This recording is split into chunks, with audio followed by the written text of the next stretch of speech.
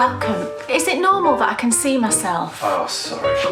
Hello. Evening all. And they sort of do this with their legs. 5, 6, is that right? I might have got too much yarn. My goodness, imagine if it was Shreddies, you said shreddies. Oh, that's what they are. Oh, you're getting me completely confused. It's because you don't always buy them. Look at that. Oh my word. Maybe shreddies are the... You see, you started this thinking this was going to be helpful. 3, 4, 5, no, that... Yes, that's right. Oh my goodness, colourway that I showed you before. So let's get cracking and... Oh no, I've blown it. You're doing great. Let me just put my gloves on. Oops, Daisy. So yeah, I've got 5, 1, 2, I still don't know. I've got this many skeins of yarn.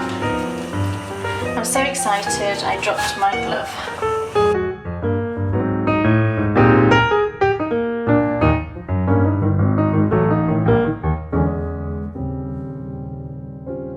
Welcome to a house full of consternation. Really? Yes, because Kay has got to buck up the courage to tell the Ringtons man she doesn't want any more tea from him. Oh no. This is awful. I said to Dan, I can't tell him. I'll just keep having it and Place your I'll bets, just give folks. it to people or something. I can't. Place your bets. I can't face If them. we will continue, but It hasn't been for ages. And I think he comes on a Monday normally. Right. He's not been for weeks and weeks. are you sure? Yes, I'm sure he hasn't been for weeks and weeks because the last time he came, he left to... Yes, I know. He has It was this habit. disgraceful. If I'm not in... It's a scam, I'm telling you. From Well, on high, I've never the asked Ringtons him- people say, just leave it on the doorstep because I then you'll think get a so. sale. Yeah. And English people, they never want to complain. They never want to say, take it back. No, just feel obliged. So if I'm not in, he leaves me the tea like tucked behind a bush by the front door. And I've never asked him to do that. And it kind of annoys me because... You know, some weeks I don't need it because I don't drink a lot of tea and Dan doesn't drink it at all. So I don't always need it when he comes. But because I've discovered Birchall's tea, which we spoke about recently, and... Well, you spoke about it on... Oh, on Pop, wasn't it? On our Patreon-only show, the one that just came out just on Sunday. We've spoken about it on the video show, saying that their peppermint was brilliant. Yeah. But the last time I ordered some peppermint, I decided to try some of their normal tea as well. So I tried a blend called Great Rift, which is their sort of standard tea, if you like. You know, it probably would be what you would buy if you normally buy Yorkshire tea or PG Tips or anything like that. You'd probably go for that. But then I also bought a little box of single blend, and they were both fantastic. Absolutely, kind of blew Ringtons out of the water. So they didn't just blow Ringtons out of the water. It's the best. It's the best teas I think I've had that I can recall. Yes. So now you have to tell him. So now I've got to tell the Ringtons man that I don't want him to come anymore. And It's like a divorce. I can't do it. I just can't do it. I said to Dan, I can't do it. I'll just keep having it, and I'll just go to the door. Give it to my mum or something.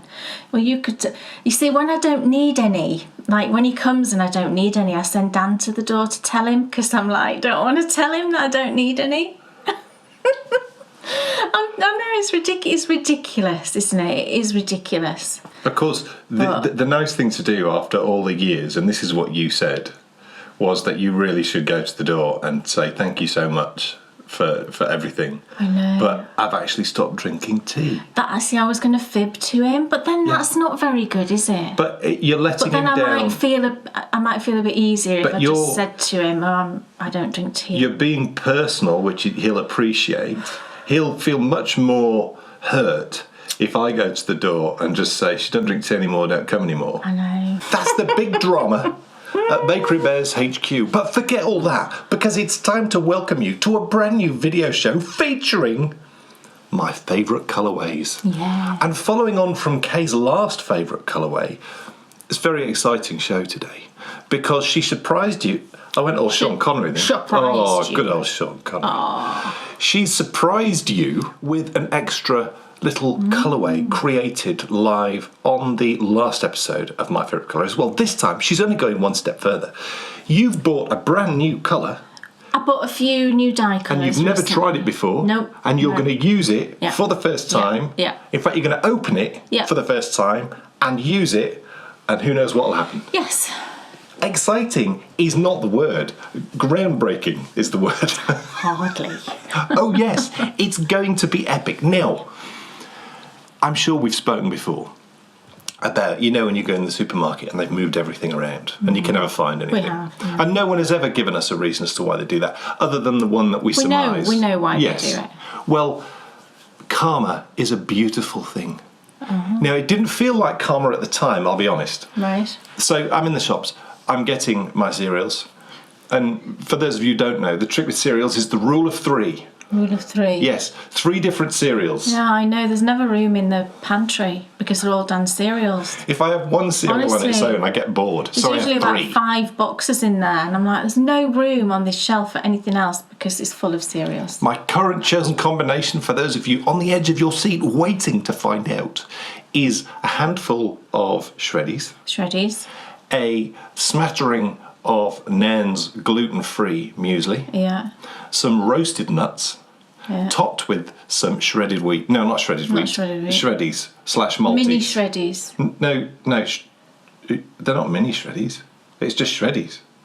Are they just called Shreddies? Yes. Mini Shreddies, that would be crazy. That would be dust. What was the first thing that you said? It was mini shredded wheat. No, the first thing that you said, wasn't that the Maltese that you put on? I have a handful of mini shredded wheat. Right. Maybe I didn't say mini shredded wheat. I don't think you did. My goodness, imagine if it was Shreddies, you said Shreddies. Oh, that's what they are. Oh, you're getting me completely confused. It's because you don't always buy the brand name. So, if you buy Sainsbury's version, they're not called Shreddies, they're just called... What are Shreddies now? I don't know what they are anymore. Aren't Shreddies the small shredded wheat? No, mini Shreddies are. No, you've just said I can't say mini Shreddies. You've just said mini Shreddies would be dust. Hold, but what is... I think small shredded wheat is called Shreddies. You know those Maltese that I have? That's Maltese. Yeah, but what's the brand called? I don't know. Isn't it awful when you get over 40? Maltese, that's the Sainsbury's version, isn't it? I don't know. It's the ones that look like... they're like square and they're like latticey like that and they're brown.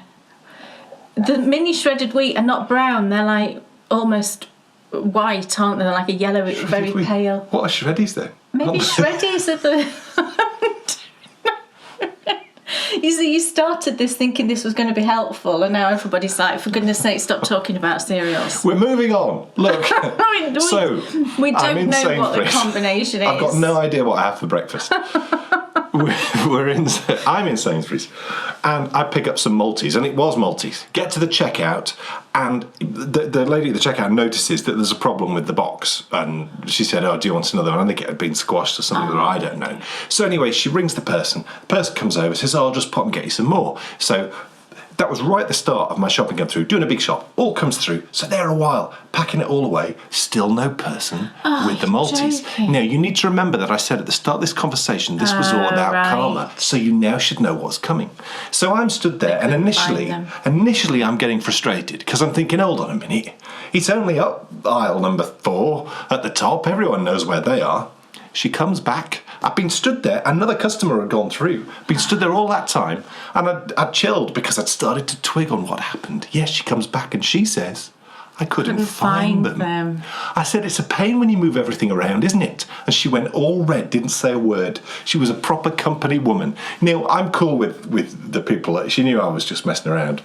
I wasn't. It's a fair point. But it is a fair point. They move things around so that it encourages you to buy more because you go down aisles you wouldn't normally go down. Now, here's a question, and I don't know why this came to mind, but in this country, when Kay and I were growing up, because I don't think it's the case now, but policemen, when I don't quite know what they used to do, but they used to... I used to go, hello, hello, hello, hello, hello. Evening all. And they'd sort of do this with their legs. But we were talking about this, and I said, did they actually do that, or was that just in films?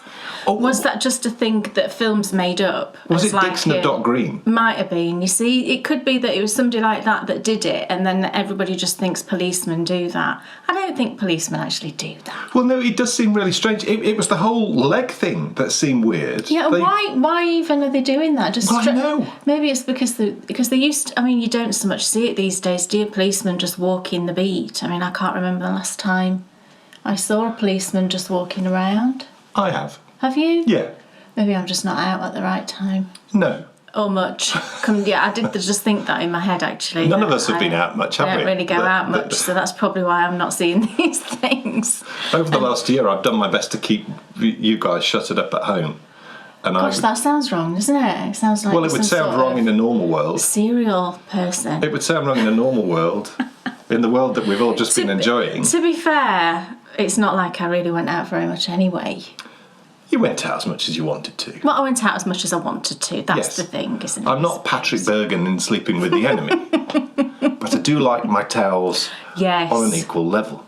On the one day where I did allow Kay to go outside. No. This is a joke. It's a joke. But this is true. It's the first time we've been out for a trip in a long time because nothing, Nothing was open, no. No, When we went to Waterstones that day. Yes. Yeah. So out we went. Perfectly fine trip. Come home. Blow. It was a disaster. We had a flat tyre. In Dan's massive truck. Well, you can imagine, anxiety woman here, you can imagine what happened, because we didn't know what the noise was at first, did we? No, because one of my beliefs with vehicles, certainly in the way that we go about filming in the places that I go to, is to have something big and robust. So if something goes wrong, you're always going to be okay. And so we just started hearing this noise, and we weren't very far from home, luckily. No, but we were on a little country road, and you just kept going. I said, "What's that noise? What's this?" My heart was just going at like 1,000,000 miles an hour, and I just started like sweating. I was just in full-on panic mode. I thought something major wrong with the car. I said, "Is it the engine?" And you're like, "No, it's coming from the back." I was like, what is it? And then it sort of twigged, and I said, have we got a flat tyre? And then this bloke behind us started popping his horn and like sort of, to let us know we've got a flat tyre. And Dan's like, yeah, I know, but I can't just stop here where we were. You'd love it, wouldn't you? If I just stopped, there's nothing on the side. We were just before a roundabout, and we just couldn't have stopped there. So, but luckily... Right, I'm stopping and I'm changing my tyre right here. Luckily, the park... Our local park was just past this roundabout, so we managed to get, didn't we, to the park? Yeah, and pull up. You looked out the door and you went, yeah, it's a flat tyre. Well, I just panicked even more because I'm like, do you know what to do? Do you know how are we going to change it? The car's massive, the tyres are like this. I was in absolute full-on panic mode, but you're like, I can change the tyre. And we got, luckily you've got a tyre in the back and you'd got a jack and everything, but you'd never done it before on this vehicle. Yeah, I've changed tyres before on, On my car, you said you could probably just lift up the car and stick it on. It's so little, but I'd only ever used those jacks for normal cars. Yeah. With the car that I have, you need a big jack, a proper garage jack, and I'd never used it before, so I had no idea how. I could get it to go up, but it was getting it to come back down again. Yeah. But luckily, who remembers a section from the show about probably 50 or 60 episodes ago?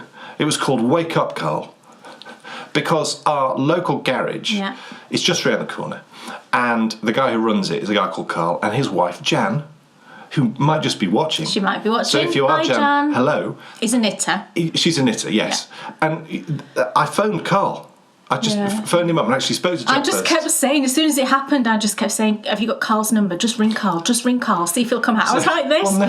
I just phoned Cowl, just said, Cowl, let me know, how do I let it go down again? Because it's fine if I get the car up, but then when I need to lower it back down so we can drive it home. So he told me, and everything was fine. But then, He only came. He did. They both came out. They were out.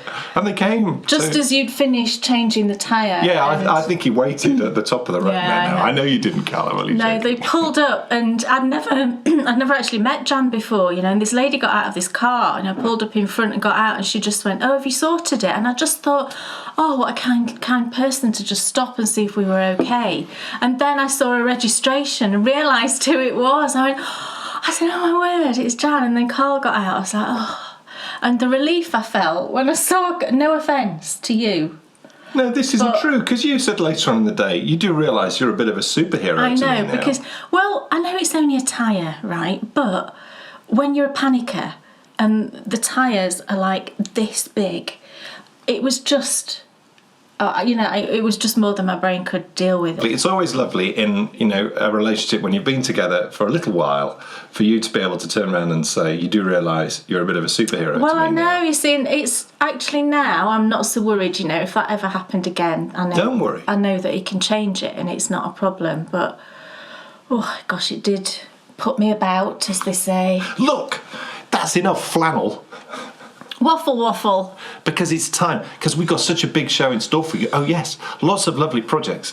So many what's off your needles. Kay's actually held some back for next time. Oh, yes. Been doing a lot of finishing. Without further ado, I think it's time that I ask Kay Jones, what's on your needles? Well, the first thing I've got in this lovely bag that I made years ago, actually, but I love this fabric, so I kept one for myself. It's got a lovely pink zip. Really love this fabric. I can't remember for the life of me what it is, but it's really pretty. Anyway, in this lovely bag, I have got the first of what will be 3 patterns for our knitting university this summer. Oh! And this requires... Hold on. Beads. People are probably wondering what the knitting university is. So last year we started...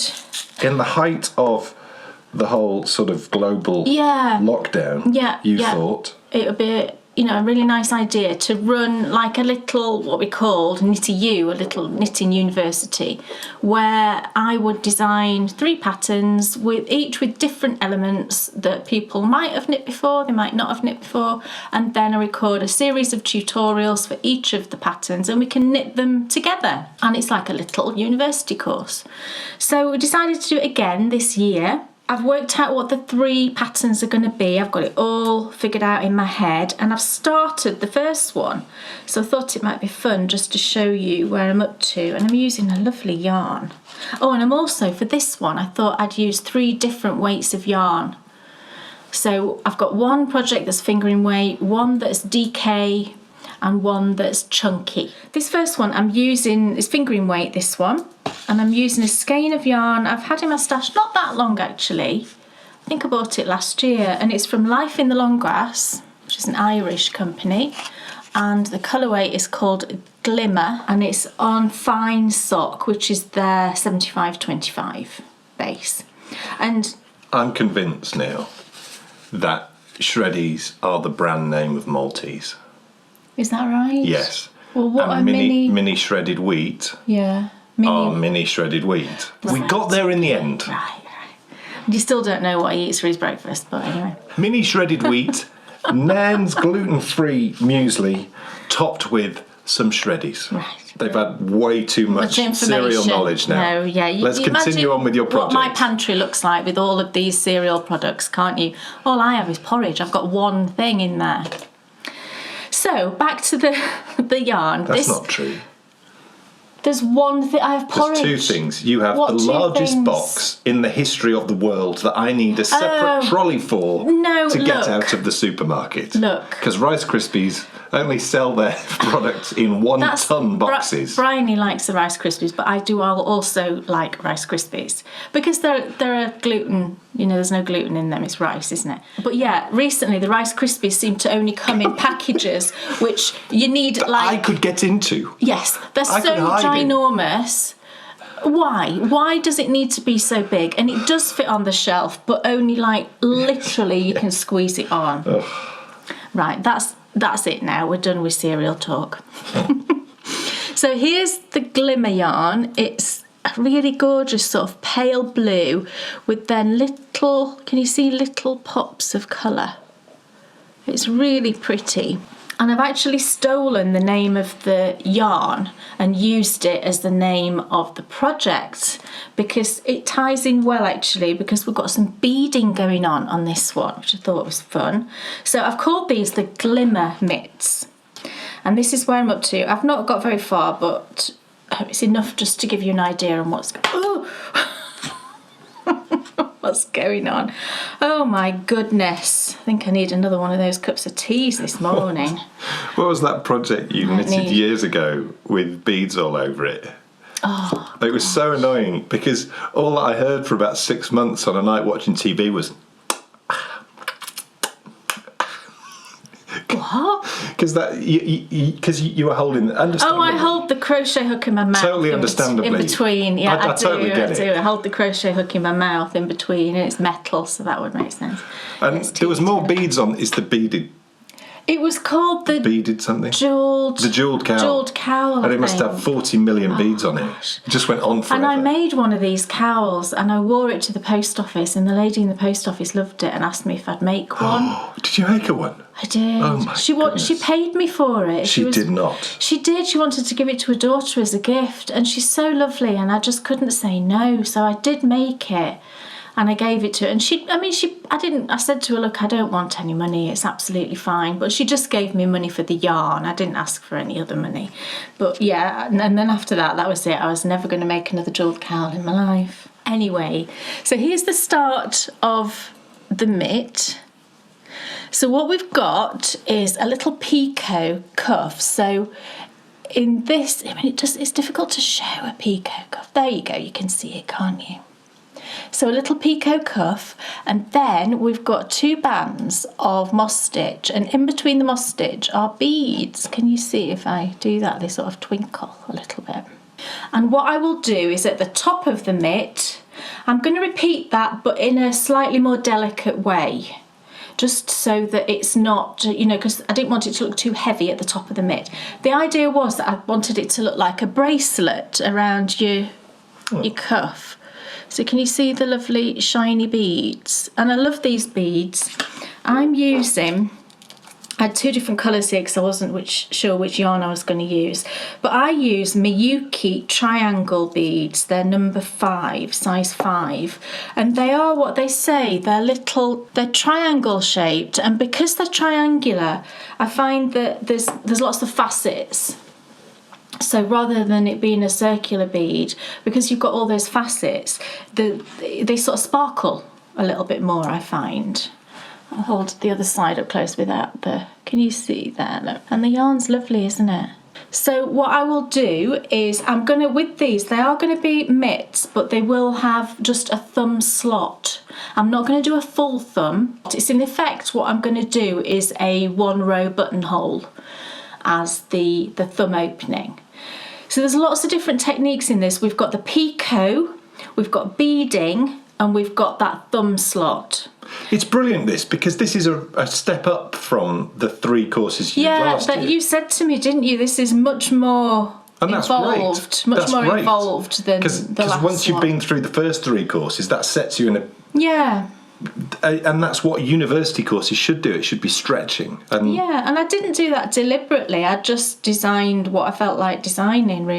it's also completely different to anything that you did last year. Because last year you did socks and hat. Two pairs of socks and a hat. And you're starting. Yeah. And is this going to be the first course? I don't know yet. Okay. I don't know. I've not decided which one will come first. Right. I probably will do this first. I'll probably go up in thickness of yarn. That seems to make sense to me. I really love the yarn. It's so delicate and pretty, isn't it? Perfect gifts, those as well. You can see the picot really nicely there. And I'll repeat the picot on the top here as well. But like I said, I'm going to make this band a little bit more delicate at the top. There'll be less beads and less moss stitch, just to make it look, like I say, a little bit more refined at the top there. But I'm really enjoying knitting them. When I do beading, I use a crochet hook. This one's minute. I think you can go up to probably about 1 millimetre. You just need to make sure that the bead slots over the crochet hook. So I'll show you. This one's a 0.6 millimetre. But if I just grab a bead, you just need to make sure, look, that the bead slides over the hook. If I put it on Dan's shirt, you should be able to see it. And that's how I put beads on. I find it the easiest method. I know you can do all that business with dental floss, can't you? But I can't. I don't know if I could be doing with that. It's much easier just for me just to have a little crochet hook and do it that way. I'm really enjoying that, and I'm enjoying designing all of them actually. I'm looking forward to doing the next one, the DK weight one, because I think I'm going to hold that with a mohair as an extra little thing. And then as I get to those, I'll show you what they are. I had some pink ones as well, which are beautiful. Look at the colour of those. And I got these from crystalsandice.co.uk ages ago, but I would have thought that's probably still in existence. So yeah, that's my first lovely little project. And the Knitting University is available to silver, gold and platinum Bakery Bear patrons. Yeah. So there's already 3 courses there. With each course has an exclusive pattern, and it has all its video lectures with it. Lectures, yes. And then there'll be 3 new courses coming over the course of this summer, starting in July. Dan James? Yes. What's on your needles? Well, it's my lovely cowl. It's going to be unnamed until it's finished, because then we'll take a step back, we'll have a look at it, and we'll see what we think. But I'm about nearly halfway through, which is great. Yeah. I'm just about to finish the first half of the centre panel. Yes. Yeah. And this is, I mean, if you want to talk about my all-time favourite Colourwork project, this is probably it. Wow. And I find that really fascinating personally, because I would have thought that a straight up and down cowl wouldn't have done it for me. When I'm saying my best ever, my favourite ever, but it absolutely does.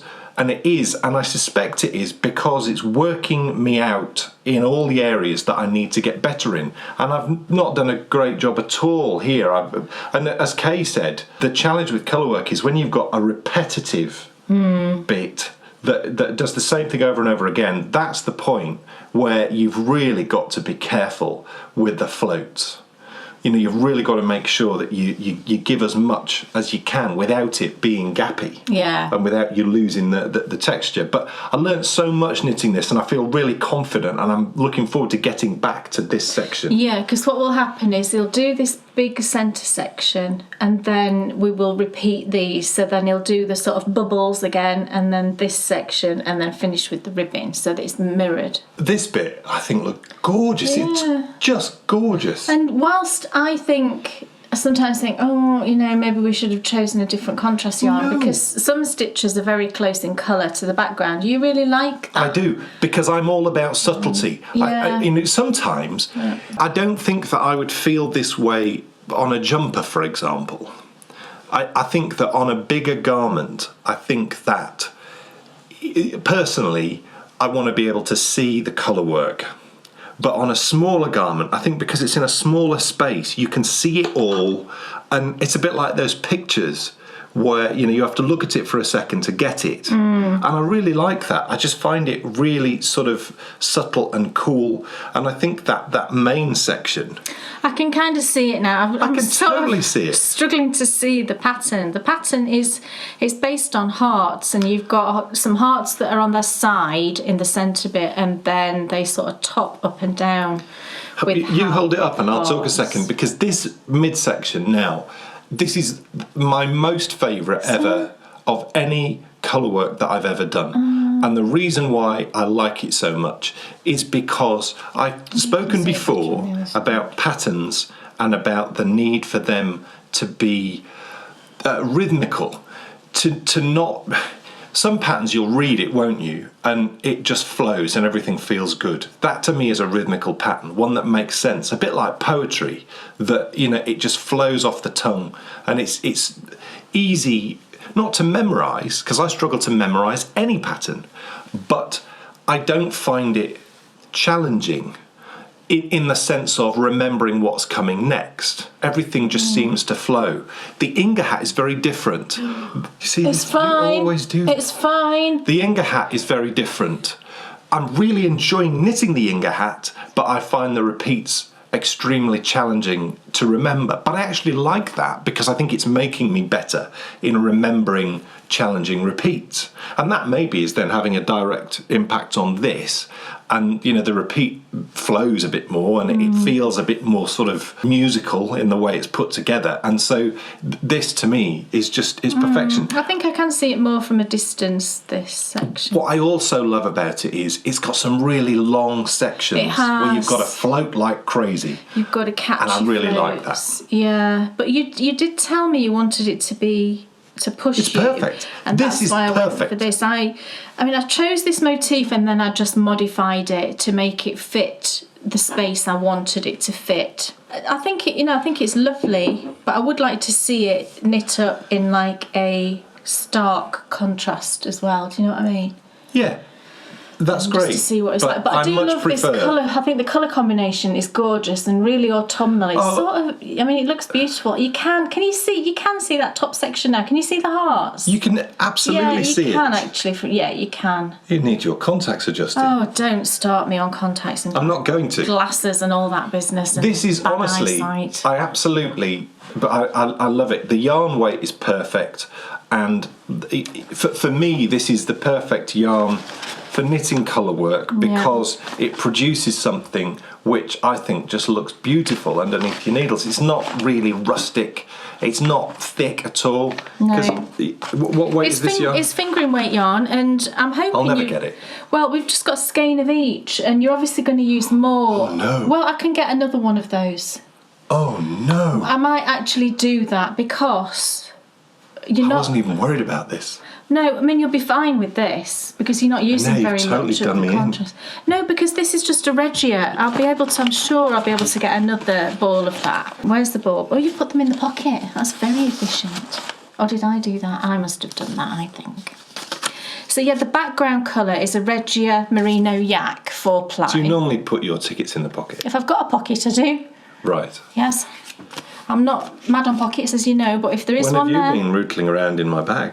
Maybe Well, the last time I showed it, I held okay. the yarns up, I think, so I bet I put it in the pocket. Yes. And it's colour 07505.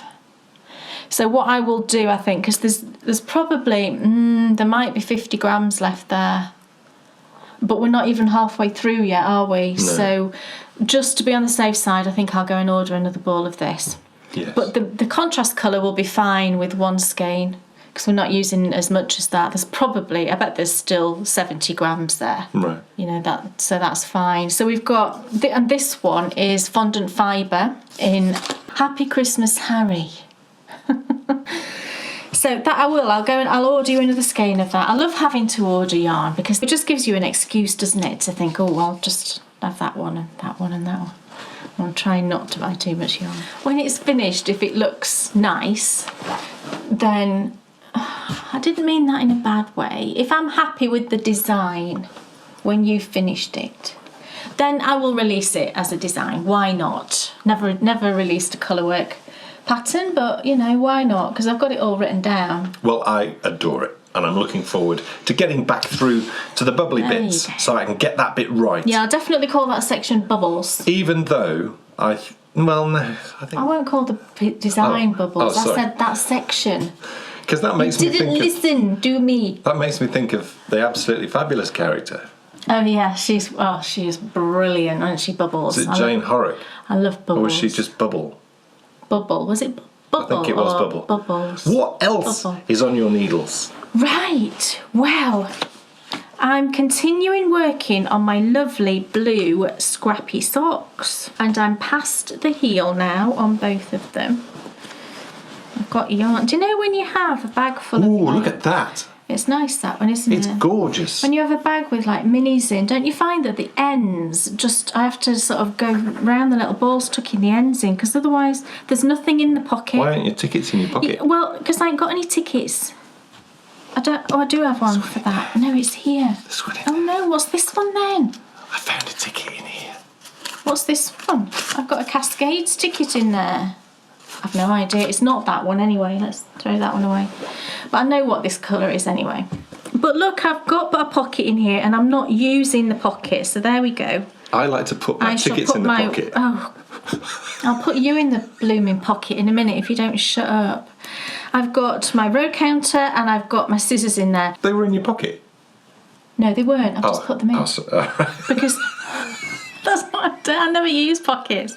But I have one in this lovely bag, which was made by my lovely Sasha. No, they weren't. I just put them in. She doesn't sell her bags, but she occasionally makes them for me, and this was a very lovely one. So yes, I am now using that pocket. Right, so my blue socks. Look, I'm messing with all the little minis in there and I'm not actually showing you the socks, am I? So these are the scrappy socks that I'm making for Bryony. Her favourite colour is blue, and I just gathered loads of little bits of blue yarn that I'd got in my stash, and I'm making my Mr. Fisher pattern, which was in my Beatrix Potter Sock Club number 2.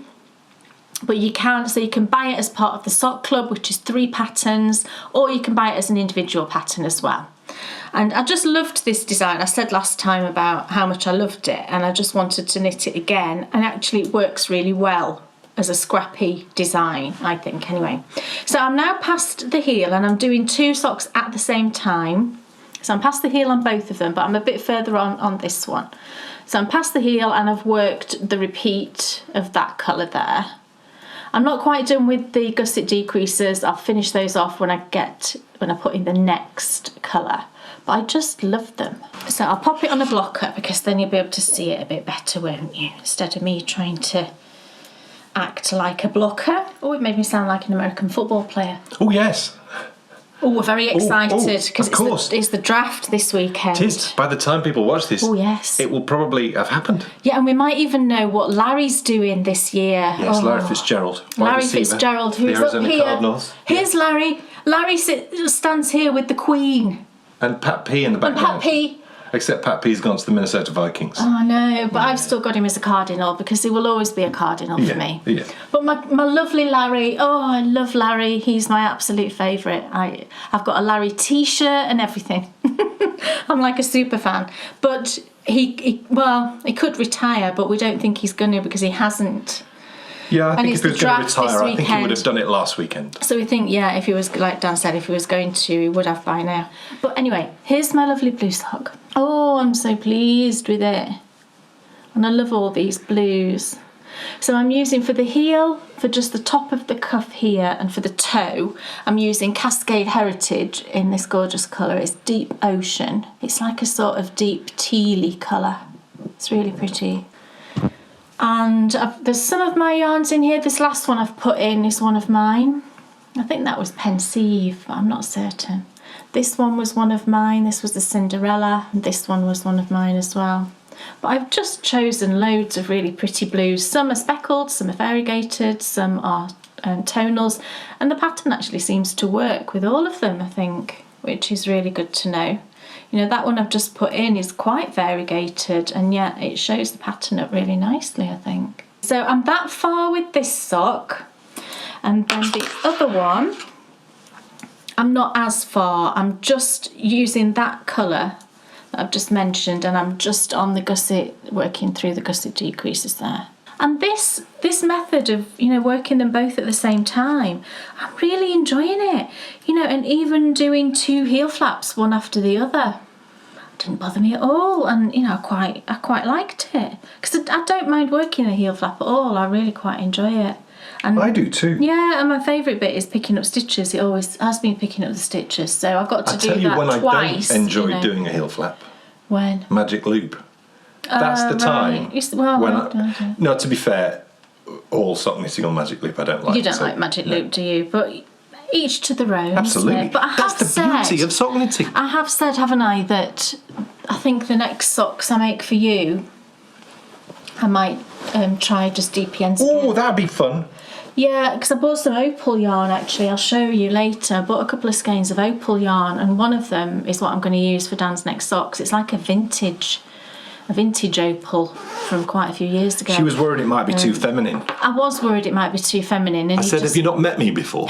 But I like knitting opal with 2.5mm, so would that be all right if there were 2.5mm?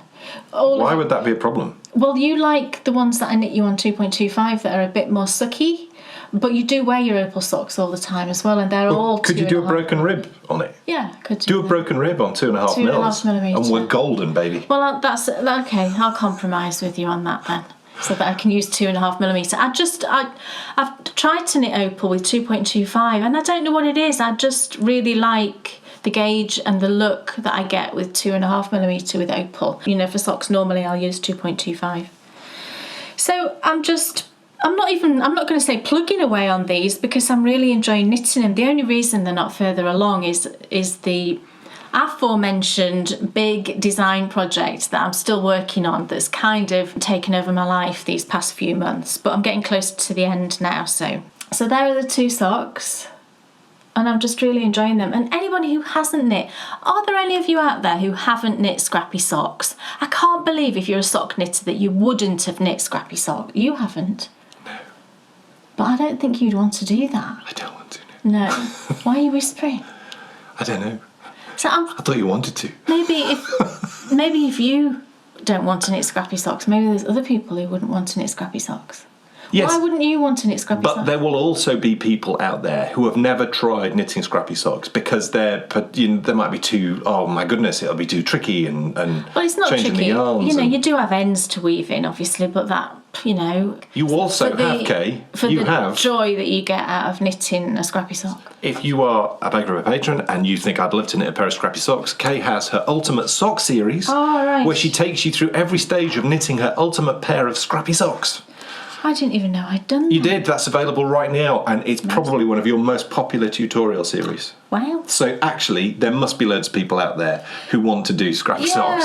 Yeah, so I would really recommend it. It's just, for me, it's just a real joy, because you get to work with all those different yarns, and it's just really fun. And there are methods of working your ends in as you knit, but I just prefer weaving them in at the end. I just prefer the finish of it. I think it looks a bit neater, and I honestly don't mind weaving them in, but it's entirely up to you. If you don't like to do that, it's possible to find methods. I've just realised something. Okay. This is the sock which I'm most proud of that I've ever knitted. Oh my goodness, really? Why? Isn't that fun?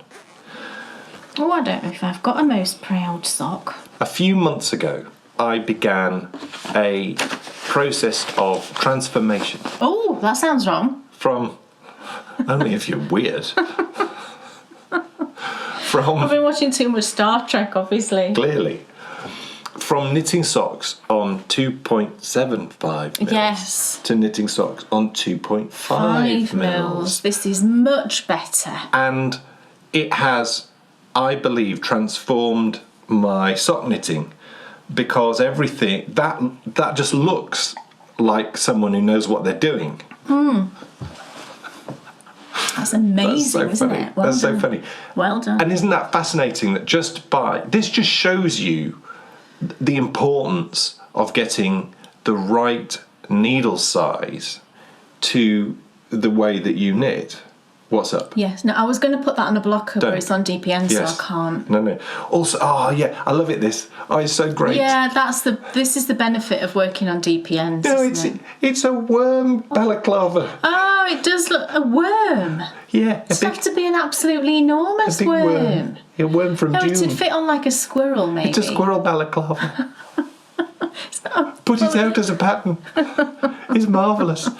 So don't go grabbing any squirrels to try your socks on them.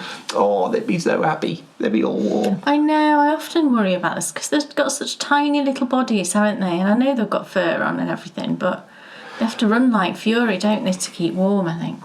You like holding stuff. There you go. Thanks very much. Kay and I were chatting the other day, and we all go through periods of time, don't we, with our projects, where sometimes we're happy with them, sometimes we're not happy with them.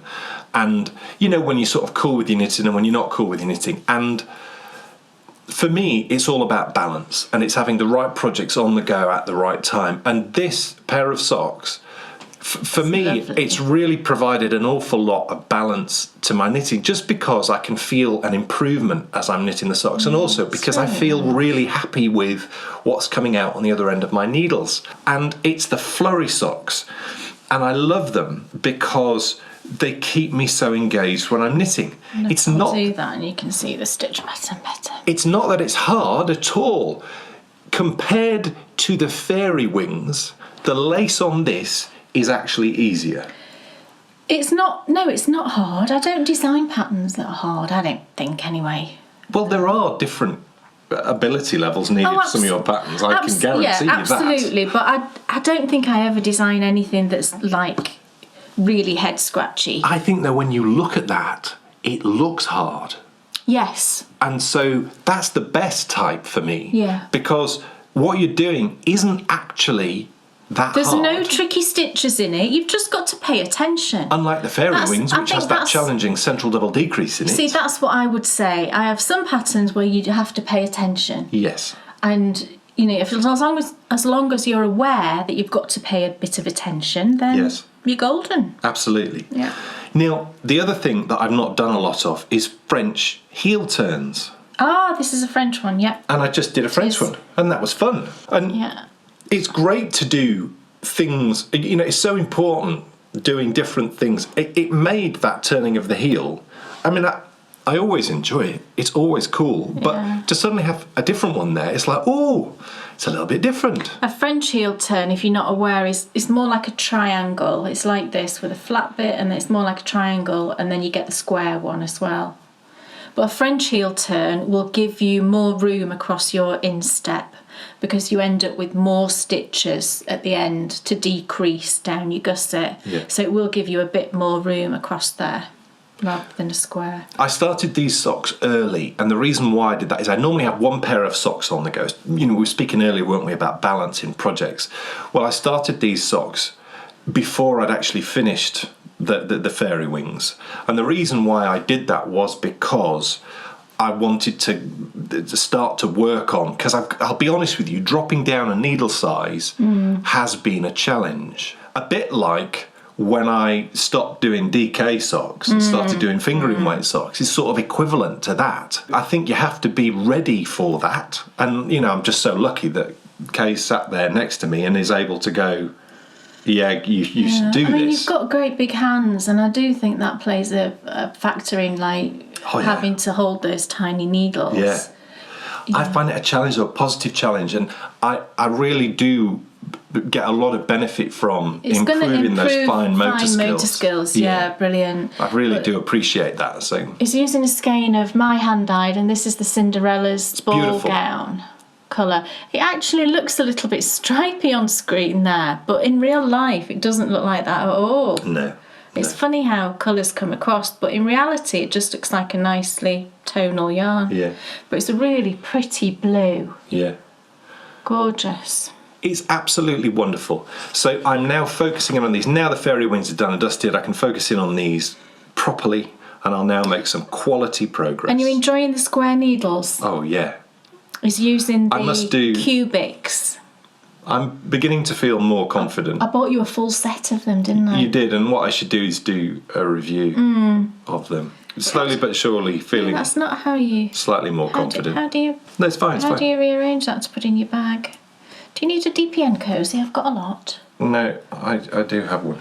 What else is on your needles? Well, the last thing is another new project. So I had one new project that I showed you with the mitt, and this is another new project because I have finished, like I said, I've been on a finishing kick as well this past couple of weeks.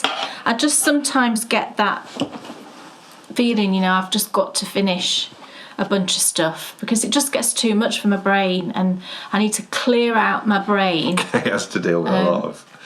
Yeah, I've had to deal with a lot of mental stuff. Always, but particularly lately I've had some issues. But anyway, it really helps me to just clear out all of those things that are cluttering up my brain, and then to fill it with some fresh new projects.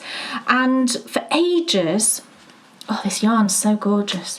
For ages, I've been wanting to make Dan a hat for when he's out doing the walking the moors and walking the dales, because he always wears what was intended to be just a running hat.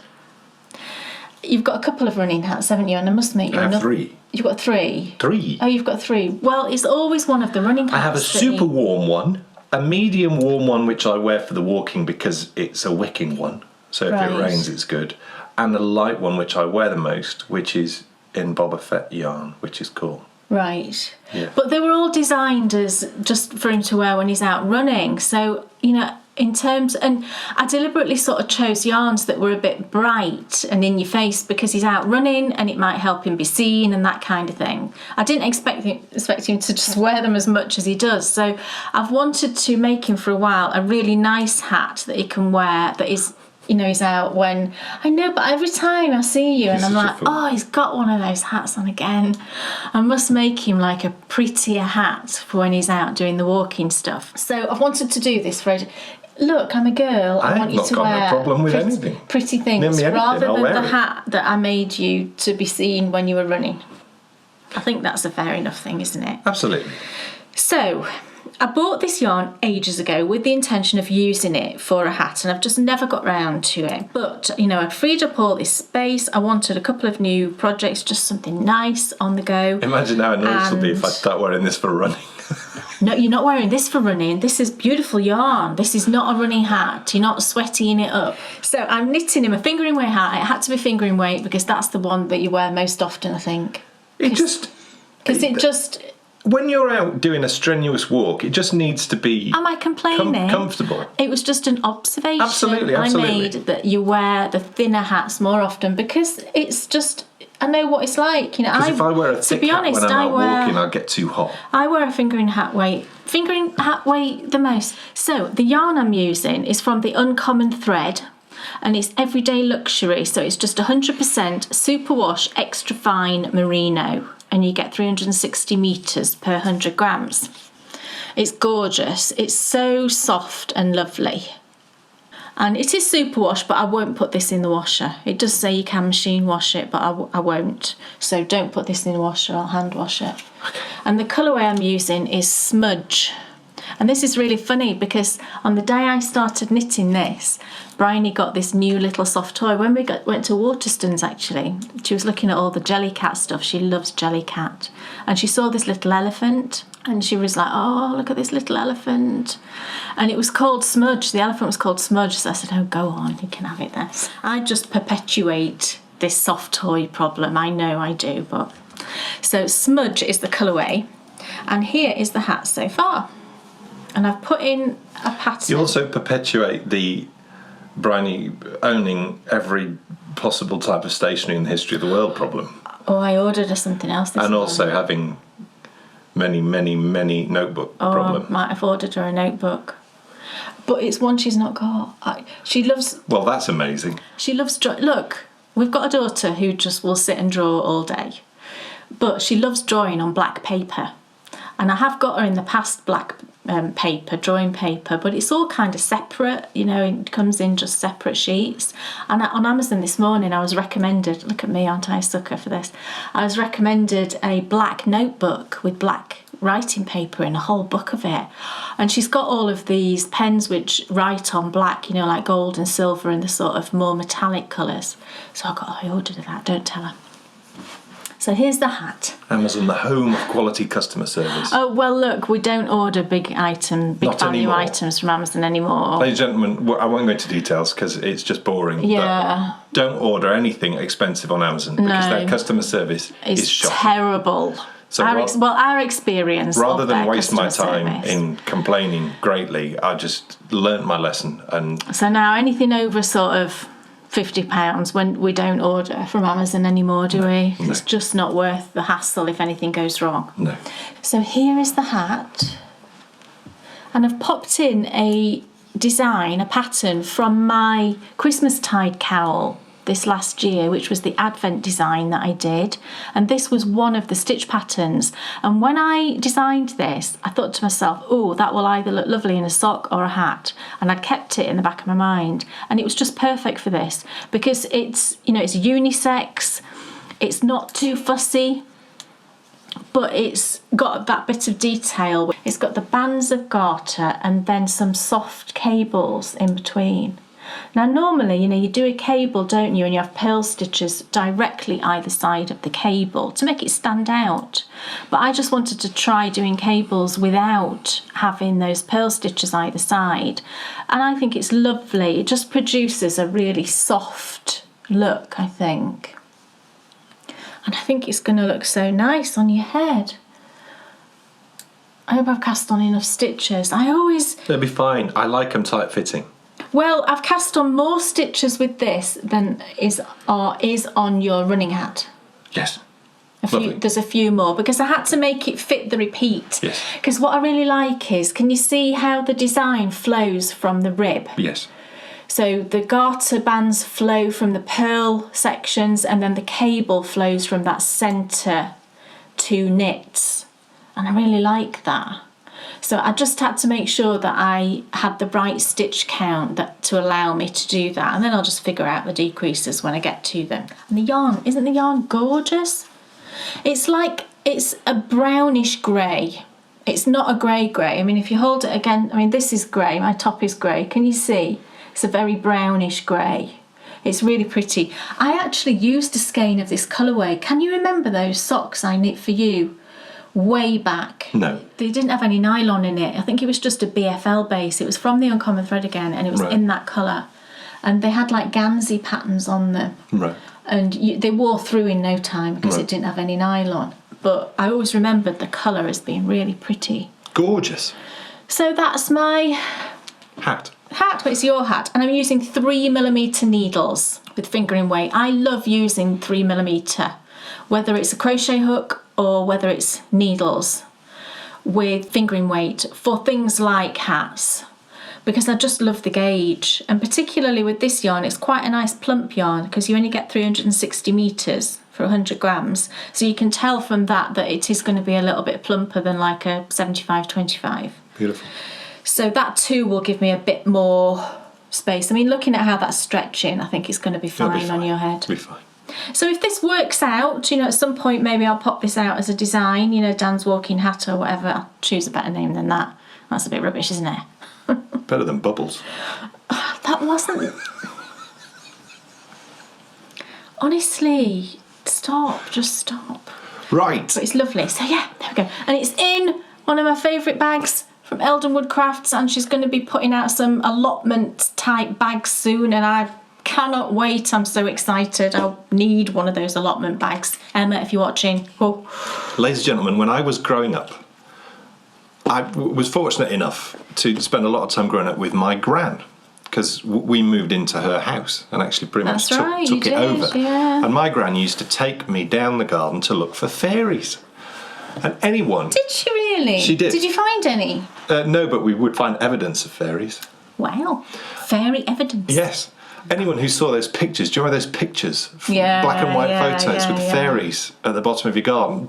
Everybody believed it, didn't they, at the time? Just beautiful, and so they should. Mm. So to celebrate the fairies that live at the bottom of your garden, Kay's back to share with us another of her favourite colourways.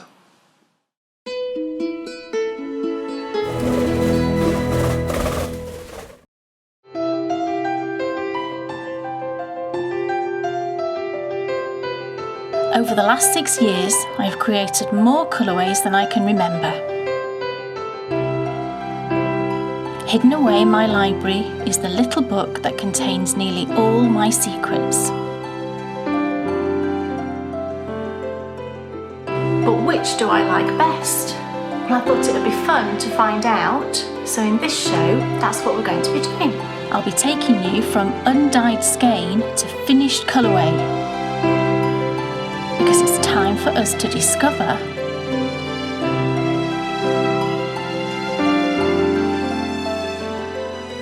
welcome everyone to another My Favourite Colourways. Now I'm super excited about today's colourway because it's one of my absolute all-time favourite colours that I've ever dyed, and I've actually knit one of my designs in this colourway, which I'll show you later, and I just love it. And it's in its sort of simplest form, the colours that I use are very basic really, and I'll explain that a bit more when I show you the colours and exactly what I mean by that. But the colour, the colourway itself, the way it turns out, it looks like it's got way more colours than it actually does have, which I think is just brilliant.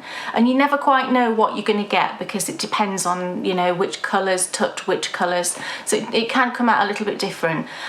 Plus, this time, one of the colours that I use, I've actually run out of when I went to look this morning. So I've substituted in a different colour, which to me looks very similar, but I've actually not used this colour before. I bought a few new colours recently, and this is one of them. And when I looked at them in the colour charts, it kind of looks similar to the one that I've substituted. So, who knows what it's going to look like, and that in itself, I think, is exciting. So it's going to be the colour that I remember, but slightly different. I should tell you what that colourway is, shouldn't I? I'm waffling on about it. So today I'm going to be dyeing up Fairy Garden.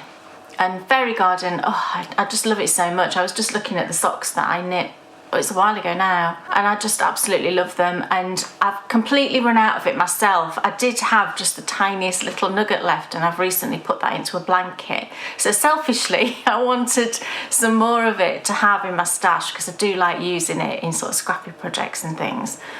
But it's also one of my favourites, so I thought it would be a nice one to do. And plus it just seems, we're into spring, we're sort of well into spring now, and I think we're all sort of maybe thinking about our gardens a little bit and getting out there and working in them. And who knows, you might have fairies in your garden, you never know, do you? So I thought that would be really nice.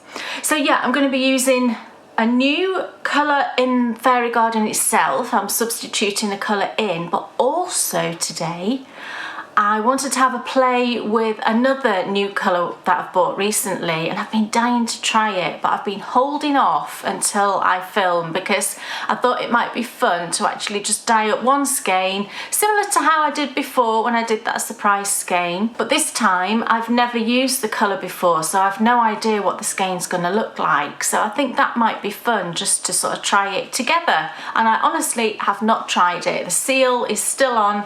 If it is sealed, that colour, I'm not sure, but I haven't tried it yet. I've waited so we can actually do that together. And I was looking through my books this morning, and I looked through all three of them. I've got 3 dye books, and I couldn't find it. I couldn't find Fairy Garden, and I was like, that's it, I've blown it. I've obviously not written it down, or I just can't find it. So I thought, don't be silly, it's got to be in here. I've dyed it multiple times, so it must be in here, and I've found it. The problem is, I'm quite a messy...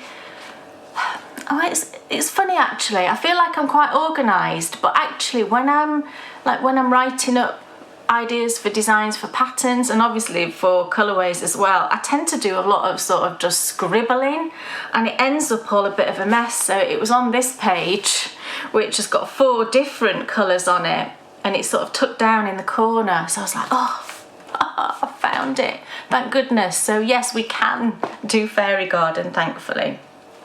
So right, less waffle, let's have a look at what we're going to need to dye up our beautiful yarn.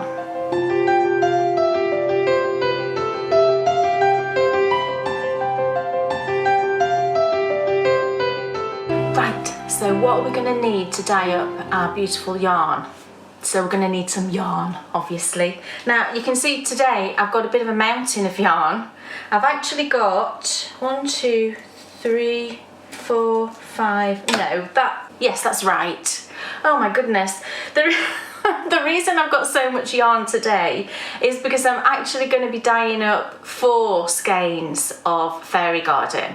And the reason I'm doing that is that I want to use 2 as a gift. So I've got 4 skeins for Fairy Garden. I've then got our extra skein for our extra little secret surprise, and then I've just got a little mini. I'm just going to throw in a mini as well, like I've done before, just as a little dyer's treat. It's the base that I've been using recently, so it's fingering weight. It's an 85-15 base, and I think you get 400 meters. I I think that's right, or 400 yards, one or the other. And it's 85% superfine, superwash merino and 15% nylon. And it's a 4-plied yarn, I think. And I just love this base. I've been using it an awful lot recently, and I've knit socks in this and it's gorgeous. I've knit it into scrappy projects and it just knits up really beautifully, and it's bouncy and it's nice and plump. It's really lovely. So I've got all of my yarn here, however many skeins that was. So that's all ready. We've got just a plastic washing up bowl for rinsing and soaking our yarn. We've got a dye pot. I've actually got 3 dye pots I'm going to use today, but they're all the same, stainless steel. And this measures about 4 inches by 10 inches if you wanted to sort of get something similar. But, you know, whatever looks roughly this size will be fine, stainless steel. We've then got our mordant, which is citric acid. I've just got 2 here because one's nearly run out, so I've just got a fresh one. So I use citric acid, which is my preferred mordant. It's easy to use, it doesn't smell, you know, brilliant, and it stores really well. We've got a mask, of course, and some old tea towels, my trusty big spoon. And then today's dye technique requires a jug. So this time I'll be using my new jug. I think I said last time that I'd had a metal jug for years. I pinched it off my mum actually years and years ago, and it was leaking. So I bought myself a new jug. It's actually much smaller than the last one, but I've checked my recipe and it'll be fine for the volume that I actually make up. So stainless steel jug. Measuring spoon, I'll just be using the one that's 1/8 of a teaspoon today. And then our dye colours is the last thing. So to dye up Fairy Garden, we only actually use 3 colours. The reason I said before about the fact that it's quite a not straightforward, that's like not doing it the justice it deserves, I think. But we only use 3 colours because I've discovered that if you use the 3 primary colours, whatever shades they might be, then I think you're pretty much guaranteed to get a nice yarn, because when you're using the 3 primary colours, so blue, red and yellow, so your primary colours are the ones that aren't made up of 2 other colours, then what happens is when they mix, they produce the secondary colours. So they'll produce green, orange and purple. So you'll get shades of those within your dye colour as well, where your 2 primary colours meet. And you'll also get other shades where you might get all 3 meeting. But generally speaking, I've never had any sort of muddiness problems when I've just stuck to the 3 primary colours. So the particular colours we'll be using today, I'm actually using 2 jacquard and 1 landscape dye. So the jacquard colourways I use are vermilion, so that is effectively my red, although it is a very sort of pinky red. So it's vermilion, which is 611 jacquard. We've got our trusty gold ochre, had to be, didn't it, for the yellow, and that's 636 on jacquard. And then I would normally use brilliant blue, which is another jacquard colour, but I've run out. So I'm substituting in a landscape dye, which is marine, which is a very bright blue. And when I've compared the 2 just on the colour chart, they look kind of similar, but it's bound to come out a bit different than it would do normally. So that's going to be fun just to see how it comes out. So if you don't have these specific 3 colours, because it's these basic primary colours, you should be able to substitute them quite easily, I think. And it might be that your Fairy Garden comes out a little bit differently, but you should get the same sort of feel. So that's the 3 colours we'll use for Fairy Garden. And then when I was buying the marine, I bought a few of the colours actually. I love the landscape dyes. I picked up this colour, which just looked gorgeous on the chart, and it's called Sorbet. It's like a sort of violet-y colour.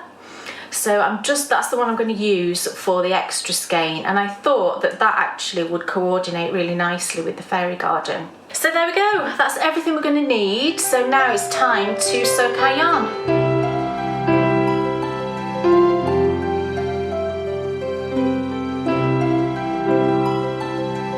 Right, I've got my bowl of of just warm water from the tap, and I'm going to add in my citric acid. I've got more skeins than I would normally have here. How many did I say I got?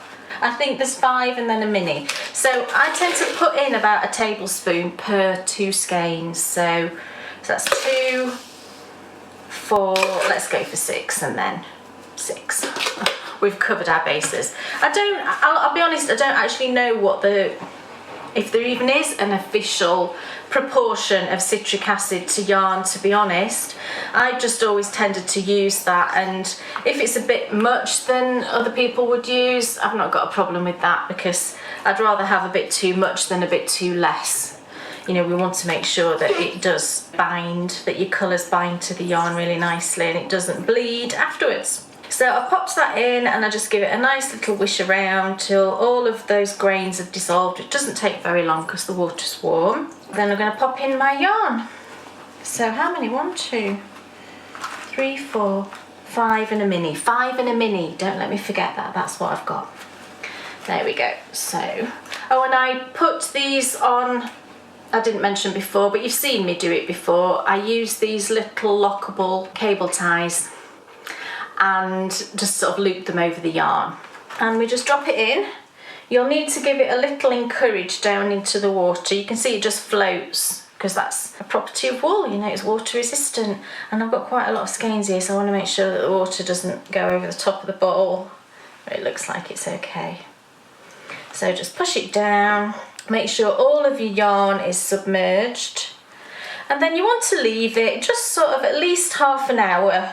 If I'm going to dye some yarn, I will soak it first thing in the morning, and then, you know, you have your breakfast, you do whatever, and then you come back to it and it'll be nice and soaked. But at least half an hour, I would say. You want to make sure that that citric acid and the water has got right into the fibres. So I tend to sort of push it all down, and oh, it's really heavy. I'm not used to dyeing this many skeins. Isn't that funny? You get out of the habit. So make sure that it's all pushed down, there we go. And then we're just going to leave that for a little while, and I'll get everything else ready while we're waiting for that to soak.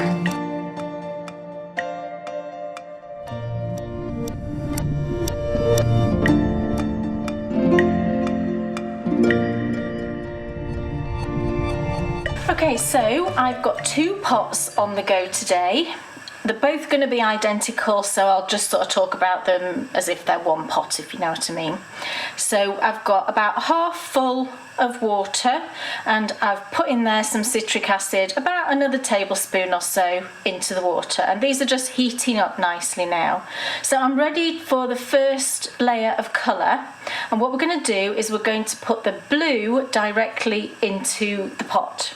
So in my case, I'm using the marine. If you're following my original recipe, you might have brilliant blue of jacquard. That's what I used originally, but we're going to try the marine. So I'm just going to pop my mask on, and then we will get that dye into the pot. So here we go. Look, I've not opened this before. I don't know if these have. No, they don't have covers on the top. So my original recipe used about 1/4 of a teaspoon of brilliant blue. Now I'll put that in of the marine, and then I'm just going to judge what it looks like. It might need, you know, I might need to add a bit more. So I'm looking at what that blue's like, and I think that's pretty good actually to what I remember brilliant blue to be like. So I'll put about 1/4 in each pot. And then we'll give that a stir, and I'm just going to see what that looks like in the pot, and then just decide if it needs a bit more. That actually, from what I remember brilliant blue looking like, that's pretty good. I think that's a pretty close match. Now what does that look like? Let's see, strength wise. I might just add a tiny bit more. And you know, you could actually put the yarn in and then decide and add a bit more if you wanted to. Just put a bit more in there, and then we will see what that's like when we get the yarn in. So just give that a stir.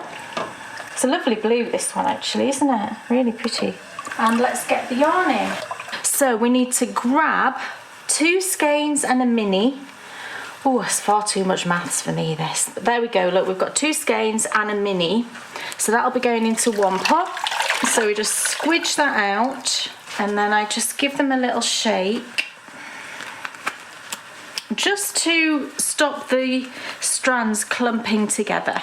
So I'm just going to go straight in, push it down with the spoon. Oh, it's a nice blue. It is slightly different actually to Brilliant Blue, but it's very pretty. I imagine that's absorbed pretty much all of that blue it has. And it's a bit paler than I remember it. So what I'm going to do is I'll just give it a little shufty on the skein. I want it a bit darker than that. I do remember that it had more of blue tone than that. It's a very pretty blue though. I think it's going to be lovely. But I will just drop that back in, and then I'm going to add a bit more. But we'll do the other pot first. So it's just the 2 skeins in this one without the mini. Pop those in. Get my spoon just to ease that in, and I'm just going to add a bit more blue. So what I will do is I'm just going to lift them, hold them there, drop that dye in, give it a little mix around. I do have to add more dye than I normally would for jacquard. There we go, and then I'm just going to drop that back down. That looks way better. And I'm just going to do the same with the other pot.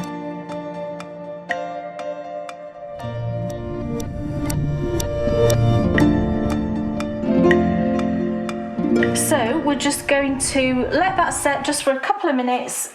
Make sure your water is completely clear, and then we can move on to the second colour. We're ready for our next colour, and what we're going to do is we're going to use our jug, and I'm going to make a liquid solution basically. So I'm going to take, according to my recipe, I used a tiny bit of vermilion. So let's just see, shall we? So I don't know what I considered to be a tiny bit about 4 years ago, but let's go with that. That seems like a tiny bit to me.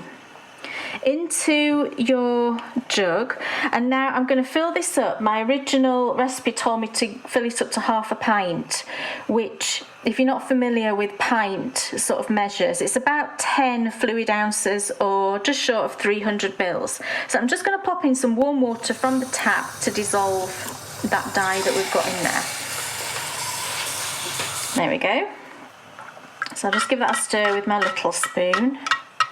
What's the colour like? You can see it's sort of a pinky colour. And I'm wondering now if that's going to be strong enough. I might just add a tad more. You don't want it to be hugely strong, but you still want it to be there, if you know what I mean. And it's up to you really how subtle you make this colour. You could do all of the colours much stronger if you wanted a much brighter tone. That should be fine now, I think. That's better. So that's now fully dissolved. So what we're going to do is we are going to pour it over our skeins. How much have I got in there? About 10 fluid ounces. So I'm going to do down to about 5, and then we're going to flip the skein and do the same thing. What I do is I turn my spoon over and pour it onto my spoon, and then that way it distributes over the sort of whole area of the spoon rather than it just going on in a line. And as I'm pouring it, I'm sort of pushing it down at the same time. Now let's see how we go with this. I'm just judging how much to use. Let's just see where we are with that. That's actually about half. Yeah, so that's fine.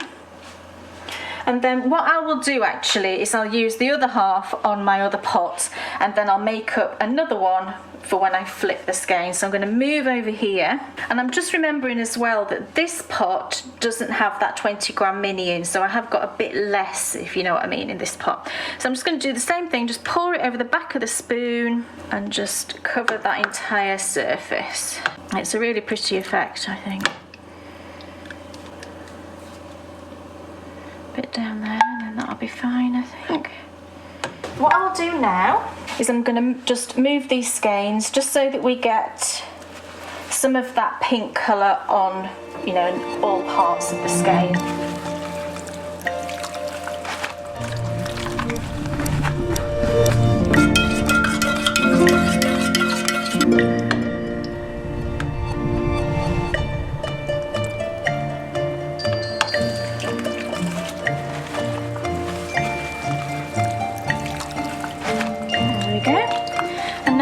do the same process with our gold colour. So I'm going to do about 1/4 of a teaspoon into the pot. And then the same volume again, about 10 fluid ounces, 300-ish mils. Yep, that looks about right. And if your water's warm, you shouldn't have a problem really getting it to dissolve. So we're going to do the same process now with the gold. And this is when you're going to get lots of different shades, because the gold will mix with the pink and you'll get a sort of peachy colour, and then it will mix with the blue and you'll get a lovely shade of green. So this is when we get lots of extra colours.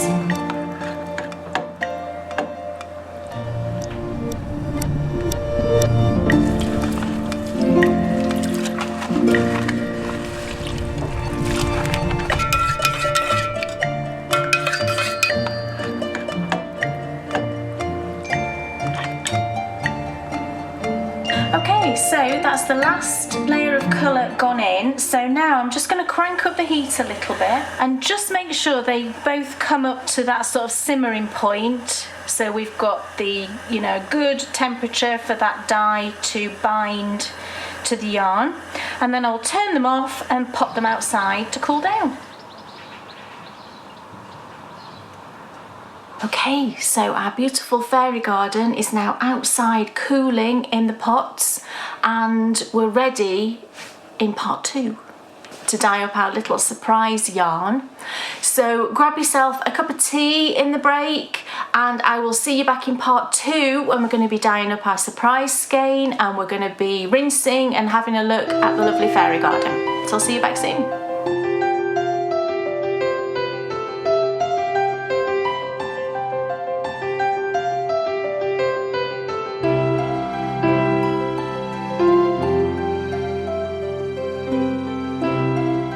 Now that is a wonderful dye technique, the whole back of the spoon thing. Oh, right, is it? Well, the really funny thing about that is there's only been one person in my life that I've ever seen do that. Are you going to say about Irish coffee? No. Oh, right, okay. And that was my gran, the one who used to take me down the garden to look for fairies. Right. Whenever she used to have a coffee, and it normally was a Nescafe or a Maxwell House. Oh, right, okay. Didn't have alcohol in it. Right. And she used to get cream and pour it over the back of her spoon. Yeah, that's what I meant for Irish coffee. But there was no alcohol in it. Do you know what? I never saw my gran drink any alcohol ever. Really? I think I might have seen her have a sherry at Christmas. Yeah, I mean, I've never really seen... My mum doesn't really drink. She does have a bit of brandy and a cup of tea these days, but... Is that an Irish tea? Yeah, it must be. It warms her up. Do you know, when she's really cold, sometimes in the morning, she'll have a spot of brandy in her tea. I said, Mum, And a cereal. you're 84. If you want a spot of brandy in your tea, get it in. That's what I'm going to do when I'm 84. I'll have brandy in my tea too. I think you've earned the right to do that. Absolutely. Where did you get that technique from, pouring it over the back of the spoon? I've no idea. I think I just thought of it as I was doing it because, if you pour it straight from the jug, as I was saying, you just get those lines. And I just wanted to soften that a little bit.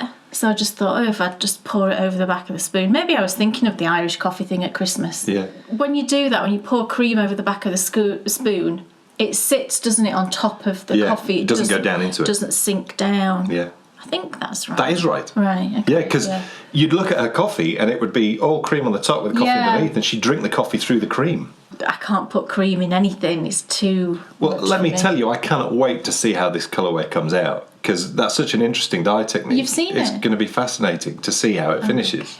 You'll find out what it's going to look like later on in the show in part 2. But right now, it's time for us to find out. Yes, she has finally finished something. Kay Jones, what's off your needles? I think that's a little harsh, don't you? I'm kidding. Seeing as it's me that always finish things and you rarely do. And she'd actually finished something last time, but she held back. I did. Then you're going to show them today, aren't you? Yes. Yes. Yeah. You sound a bit Australian then, today.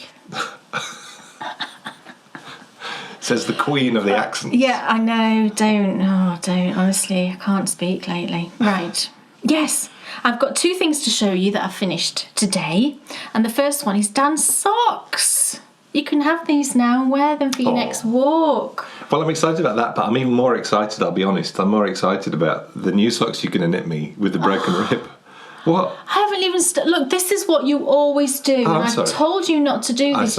You'd say things like that and it just puts pressure on me. Well, there's no pressure. I don't mind when they're finished. I create pressure in my head. You should be aware of this. Well, I don't want them then. I don't Excellent. Want them. Tell me you don't want them. I don't want them. And then I'm not interested. I'll knit them. I'm not even going to wear them. I'll just wear these. Yes, wear these ones and be grateful, honestly. So it's this lovely Boba Fett Star Wars socks. Cool. And actually, I think I got a good amount of the Boba Fett in here, didn't I? You really did, and it's so lovely that amazing yarn. I know, it lives on. I only had 18 grams of the Boba Fett yarn in 2 balls left from the pair of socks that I made you a couple of years ago. These really have worn through. And I just put them in here, and this is what 18 grams gets you in a gigantic sock. I mean, that's really good. I think that's really good. Yeah. I'm really pleased with that. And then the blue yarn was a gift to Dan from Sherry at Christmas, Sherry Iris. Thank you, Sherry. And it was just called Dan, but it had a... amazing artwork. Yeah, some artwork on the front, which her son did, of R2-D2, and he's a Star Wars fan as well. Cool. And it is R2-D2 colours, isn't it? So that seemed to go really well. Perfect. So they're all finished. So I just did 72 stitches, my normal for Dan, and I used 2.25 millimetres for these. And I just did a short leg. And these are the socks where I experimented with the 2 different types of Chaogu needles. And you can see the full video where she talks through her findings now. It's been published. It came out yesterday. Right, brilliant. To sum up my sort of findings from that experiment, I knit one sock completely using the mini twists, which are the interchangeable ones with the very thin cord. And then I went back to how I used to always knit socks, and I used a red lace fixed needle. Now I got to here, I think this is the one I knit with the red lace. I got to here using the red lace and I couldn't hack it. I had to stop using it and go back to the mini twist. And I think largely it's because I'm just out of practice using the red lace. I think with any sort of needle, you have to find that rhythm, don't you? And that way of knitting that is right for you. And I knit pairs and pairs of socks using the red lace and never had an issue. But I think I just got out of the habit. But knowing that I'd got that other needle sat there, which I actually preferred, I just thought, oh, do you know what? I'm just going to switch it out. And it didn't produce a tight stitch. I mean, that was my experiment. When I use the mini twist, I can get like a tighter stitch down the crossover, which does largely block out. I didn't get a tight stitch because the cable is thicker, but I did get a sort of, I mean, you can see, can't you, there's a bit of a ladder there. And I think that's just because I was out of practice using it, and that just annoyed me. So I switched back. But you can see the full details of that comparison test that Kay did in the video that we published yesterday. They're lovely, aren't they? And the Boba Fett yarn was from Moustache Yarns. Yes. And it was a gift. Yeah. Probably, 3 years ago maybe, something like that.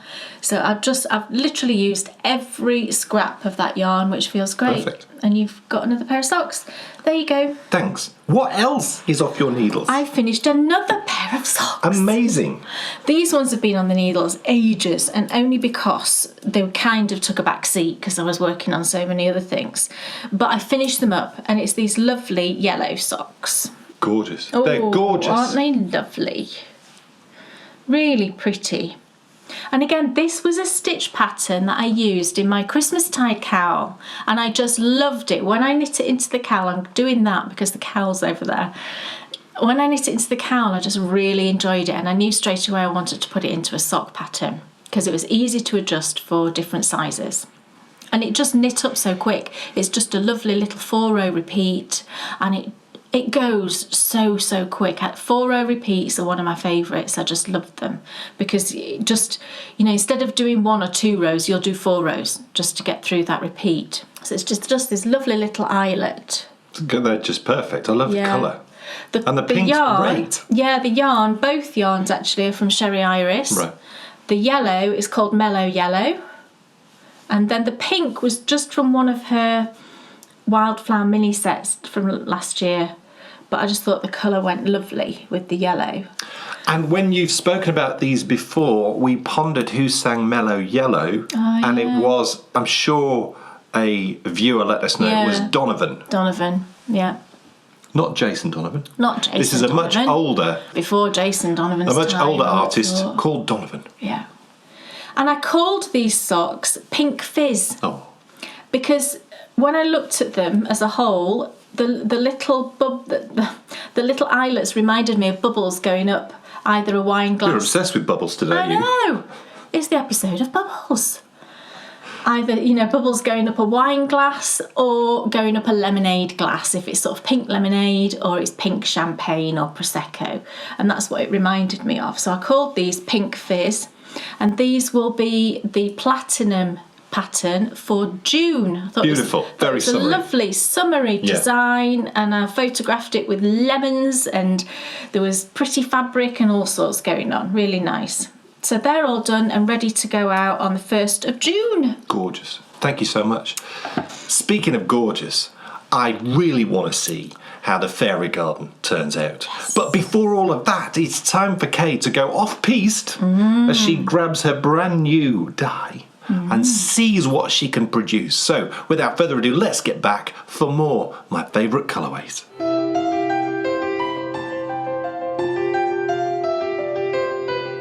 Welcome back, everyone, to part 2 of My Favourite Colourways and our lovely fairy garden. So it's now cooled outside, so we're going to go and get it in, we're going to rinse it, but we're also going to dye up our lovely extra skein with the beautiful new colourway that I showed you before. So let's get cracking. Okay, it's time to dye up our surprise skein, and I'm so excited about this. I've been dying to try this dye colour, and I just can't wait because I've got a feeling it's going to be an absolutely gorgeous colour. So I'm just going to do a tonal, but I might put a few speckles on top. We'll see how it goes. So I've got just about half a pot of water here, and this is just heating up. So I'm going to add in the dye into the pot. So this is Landscapes dyes, and it's Sorbet. Put your mask on, Kay. You're too excited. There we go. Right. So in the pot you can see it's a lovely sort of purpley shade. Now I don't know how strong this is going to be, but I'm going to go, first of all, let's put in about 1/2 Look at that! Oh my word! Oh, it looks fabulous. And can you see, I don't know if you can, when I put that in, the colours broke, and I've got some blue and some pink. So let's give that a stir. Oh, it's going to need more, I can tell straight away. That's not strong enough, nowhere near. So let's put in another 1/2. So that will make about a full 1/8 teaspoon. And let's see where that's at, and we might even need a bit more. Oh, doesn't it look pretty? I'm even going to put in a bit more. And then what we'll do is we'll put the dye in, because we can always add more. We can't take it away. So that's probably about a full 1/8 teaspoon I've put in there, just so you can, if you want to make a note. So now we can drop the yarn in. So just give that a squidge. It's just one skein I've got here. Give it a shake. And let's pop it in and see what we've got. Oh, it's not a very strong colour actually. Let's see if it changes as we put it in. Oh, it's really pretty though. So let's just move that quickly. Because I want a tonal, but I don't want a pooling tonal. So we're definitely going to need more dye here, aren't we? But it's a gorgeous colour. Well, I say, aren't we? I want this to be a slightly darker shade. If you wanted a subtle shade, you could be done at that stage. It's really pretty. So what I'm going to do is I'll take the skein out, and I'll add in some more dye. So I can see now the sort of colour I'm getting. So I'm going to add in another good 1/8 teaspoon. Because I want a sort of medium strength colour. I don't want it to be massively sort of vivid, but I do want to be able to see that colour. So let's try that. And then we can always speckle some colour on as well, and that will increase the depth. So now I've had 2/8 of a teaspoon on one skein of yarn. So you can see, although this looks quite a vivid colour, it's coming out fairly subtle, I think, when it's on the skein. So let's pop that yarn back in and see where we're at. If this was something I wanted to repeat, what I would do is I'd keep a note of what I was doing, and then next time, it wouldn't take, obviously we wouldn't need to go through this whole process because we'd know how much dye to put in the first instance. And that is now coming out a lovely shade. So I'm just going to move it around again. It's got a bit tangled there, that's it. And that is a lovely shade, but I still even want it a little bit more saturated. So I'm just going to take it out one more time, and I'm going to go again with about another third. And I think I'll be there then. Another third, another 1/8, sorry. But I think this will be about the colour I've been looking for. Oh, such a pretty shade. And I think I am going to do a bit of speckling on top. And it's just gone into the yarn so quickly. You can see that that water is already clear. So to speckle yarn, we actually need much less water in there than we've got. So what I do is I just get my jug, which is clean now, and I'm just going to scoop some out. You can see it's completely clear, and just get rid of that. So I will do that until we've got just enough water that's just covering the skein. That should be about right. So now we can spread it all out. And for speckling, you want to have it so that the yarn is just sitting on the surface of the water. So to just add a few speckles, I've got just a paintbrush. I find that these landscape dyes, they speckle really well because they are more of a granular. Can you see it looks more like sand than it does like powder? It's like a crystal. They speckle really well, I find. So let's just have a few little speckles. It'll just add a bit more interest to the skein, I think. You can be much, I find with these landscape dyes, you can be much more sort of heavy-handed with the speckling than you can with the jacquard, which is, the jacquard is a very fine powder. Look what's happening. Can you see that it's breaking? The colour is breaking. Oh, can you see it here? Look, can you see the pink? Fabulous. So I'm going to do it on this side. I'm going to let that set for a few minutes. And then I'll flip the skein over and we'll do it on the other side just to make sure we've got speckles running all the way through. So I'm just going to leave that just to set for a few minutes.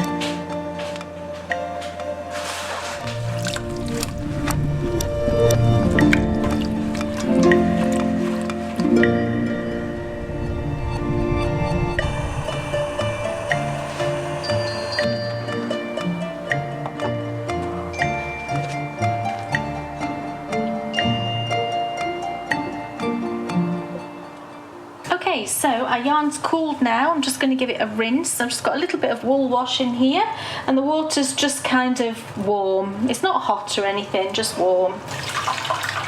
Grab our yarn and just drop it in. And I just let that sort of hang around for a bit.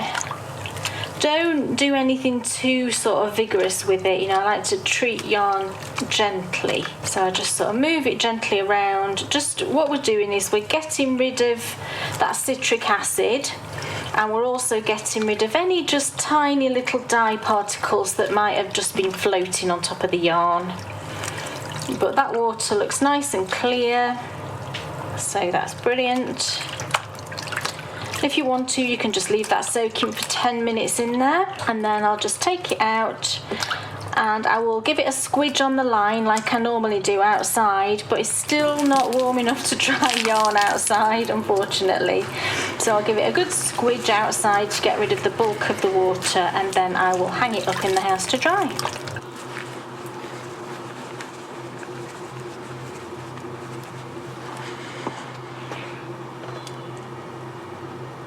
Okay, so our yarn has dried now, and I've already wound up my little mini It's lovely. It's really, really pretty. So that's my little dyer's treat just for me.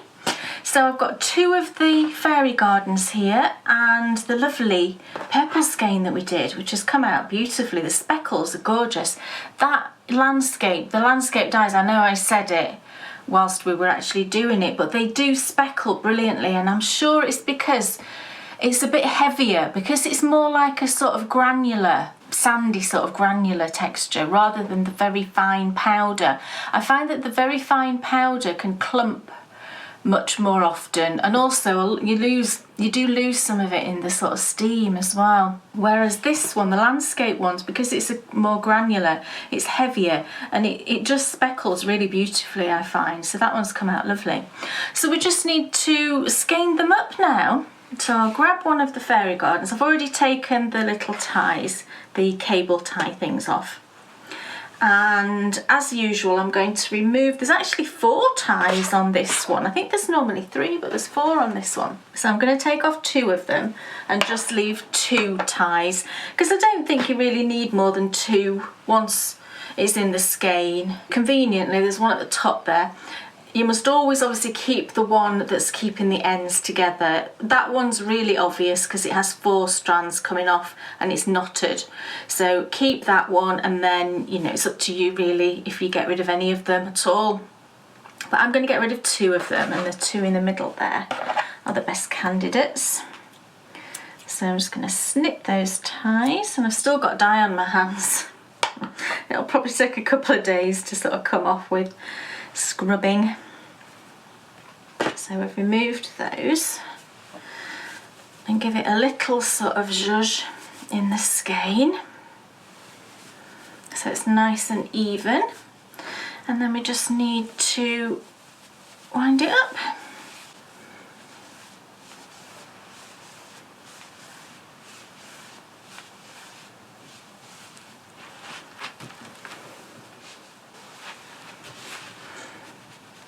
There you go. Lovely. And actually it does look as I remember it. So that blue, I think, is very close in colour. It's really pretty. So I will skein up the other 2 that I've got here, and then we can take a closer look.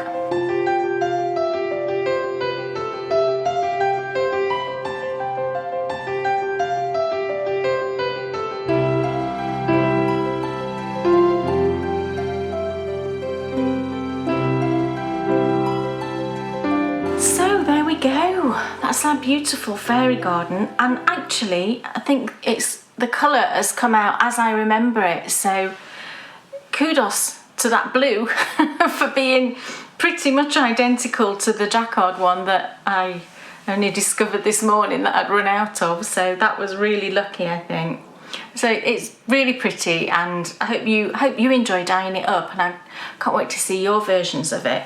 And the purple, it is purple, but it's got a lot of pink in it because the speckles, I'm sure you would have seen the speckles when you saw the close-up.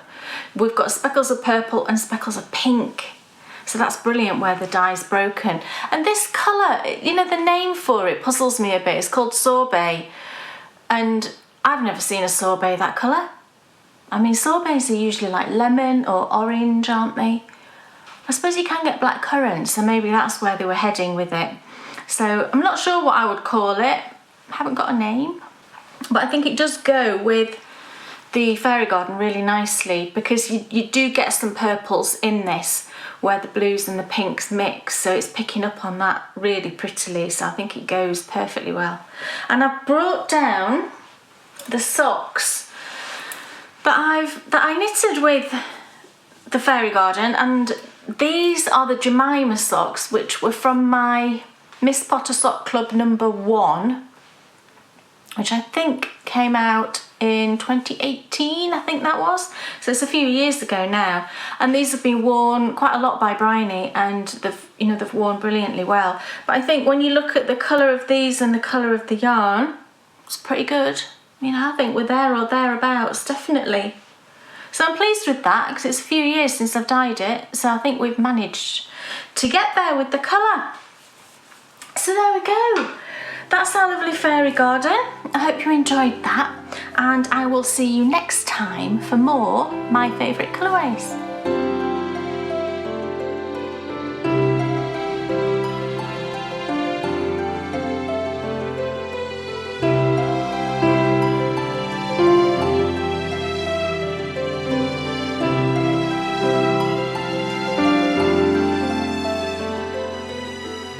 Wow, wasn't that wonderful? Oh my goodness, I love Fairy Garden. It looks gorgeous. It's one of my favourites. And considering that you had to use... I had to substitute the blue, but it's come out perfectly. Really pretty much spot on. But what about that gorgeous purpley violety colour? No, I've got it right here. It's just perfect. It's a gorgeous colour. I mean, look at them.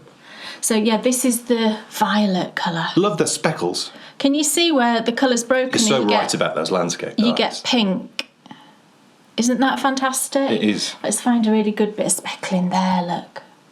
How cool is that? Just beautiful. Yeah. Yeah, I love the landscape dyes. They are more expensive than jacquard, but really I think they're so worth it because that's just such a gorgeous colour, isn't it?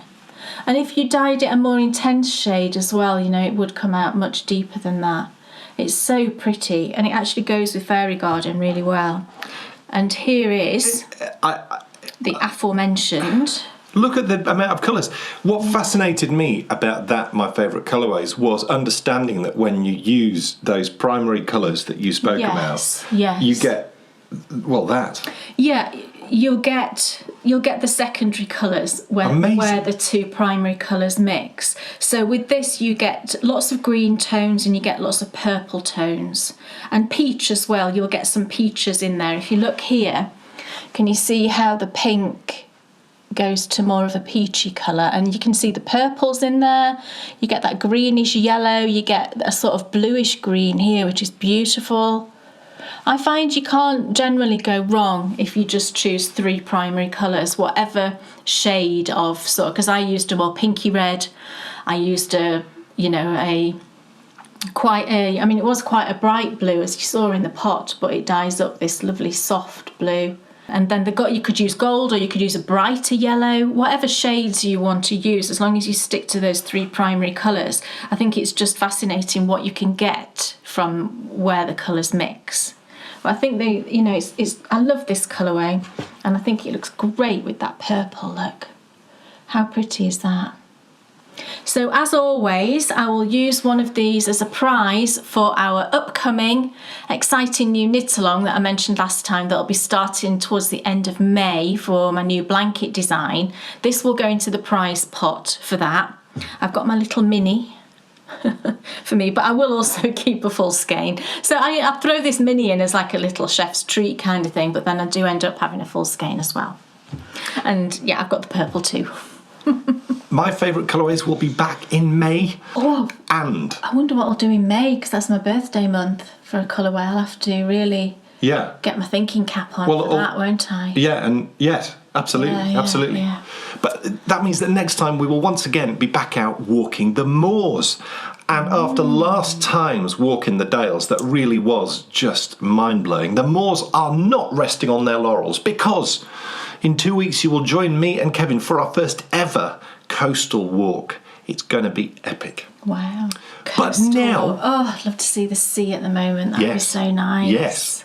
But now it's time for the Endy Bits. Endy Bits. Now then, did you see our pop show, our patron-only show on Sunday just gone? You were there. I did. We awarded our first quarterly Amazonian Warrior Challenge prizes.